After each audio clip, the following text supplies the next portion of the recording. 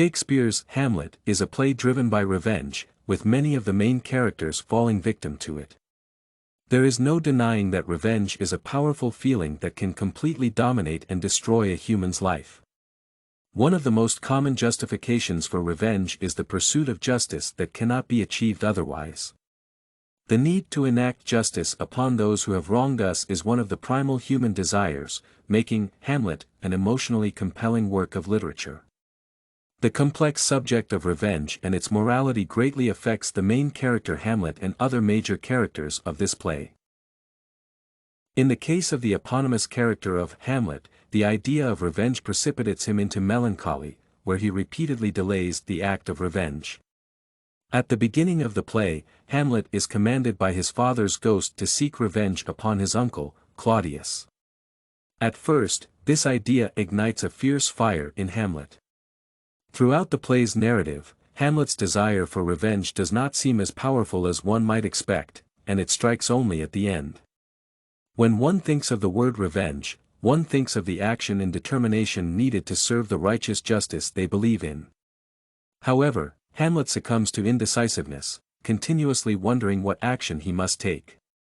The direct or indirect results of his prolongation unravel a succession of deaths of the most significant characters, which include Ophelia, Gertrude, Laertes, and Polonius. The fact that this predicament damages his peace of mind becomes more evident, as he continues to lament his lack of action whenever a chance to do so is presented to him. For example, he feels ashamed while watching a play where he finds connections to his situation.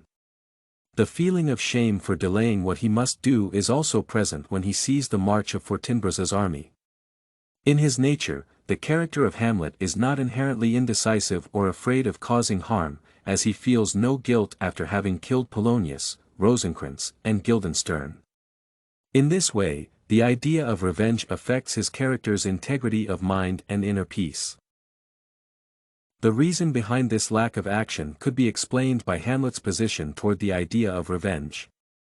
As he describes it himself, one must possess some vicious mole of nature and the stamp of one defect to be able to carry the burden of revenge. It is up to debate whether this inability is a flaw or a virtue of his, as the concept of revenge is widely considered immoral.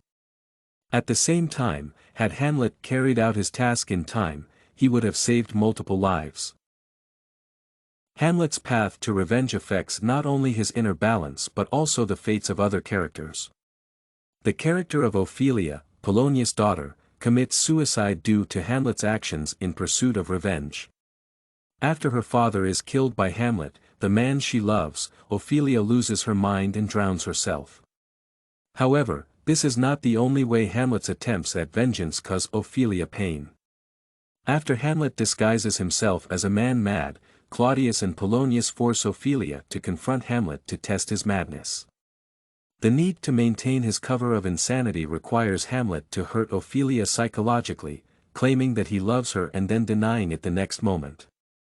The effect of this event serves as another point of the inquiry of whether the act of revenge is necessary if it constitutes this kind of cold-hearted malignance. Gertrude, Hamlet's mother, finds her dead in the poisoned cup of wine intended for Hamlet. Her death acts as a forcing agent for Hamlet to finally kill Claudius after struggling with it for a long time. In this case, Hamlet's revenge upon Claudius is presented as justified since, had Hamlet enacted it sooner, Gertrude's death would have been prevented. The ultimate argument towards the futility of revenge is the final act of the play when Laertes fatally injures Hamlet to vindicate his father's and sister's deaths. The point of revenge as a concept is the feeling of satisfaction of having regained the balance of right and wrong.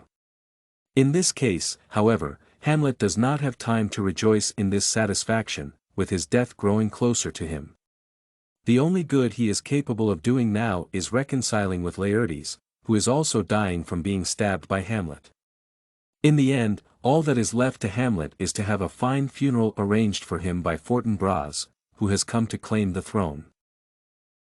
In conclusion, the theme of revenge, its morality, and how it affects the characters of Hamlet presents itself as a complex subject. On the one hand, Hamlet's quicker and more assured approach to revenge would have prevented many of the occurring tragedies. On the other hand, the hardships caused by Hamlet's measures taken to enact his revenge and its consequences depict the act of revenge as reprehensible and worthless. Study Corgi can help you make your studies smarter. Visit studycorgi.com for more samples like this, study tips, and writing tools.